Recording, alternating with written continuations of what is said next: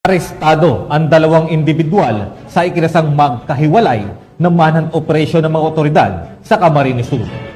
Ang mga suspek ay kinilala bilang mga miyembro ng Communist Terrorist Group at naharap sa kasong attempted homicide at frustrated murder. Narito ang report ni Patrolwoman Vanessa So. Ang wanted na kapwa kinilala bilang miyembro ng CTG ang naaresto sa isinagawang manhunt operation ng Police Regional Office 5 sa Camarines Sur nito lamang ika-7 ng Oktubre taong kasalukuyan.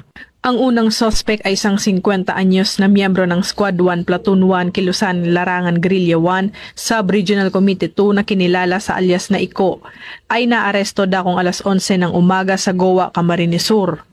Samantala, bandang alas 4 ng hapon sa Libmanan, Camarines Sur na aresto ang isa pang miyembro ng CTG na kinilala bilang alias Redo, 37 anyos na miyembro ng Milisyang Bayan sa baryo sa ilalim ng Platoon 3 Sub-Regional Committee 5. Around 4 p.m., yung suspect natin nag-secure ng police clearance for purposes ng job hunting. However, upon checking sa e-roads natin, nandun yung pangalan niya with pending warrant of arrest. Nahuli siya ng mga pinagsamang tauhan mula sa Libmanan MPS sa koordinasyon ng Camarines Sur 1st PMFC habang siya ay nag-a-apply para sa National Police Clearance.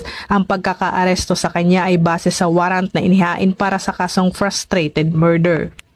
If nasisumit kami, sabi ko nga, kung may gusto kang ipaglaban, pwede naman siyang ipaglaban na kasama yung pamilya mo. Hindi mo kayang i-save yung buong Philippines with just single soul na ikaw lang mag-isa and ilalaban mo ng malayo sa pamilya. Mula dito sa Legazpi City, Albay, ako ang inyong PNN correspondent, Patrolwoman Vanessa Sol, alagad ng batas, tagataguyod ng Balitang Pulis.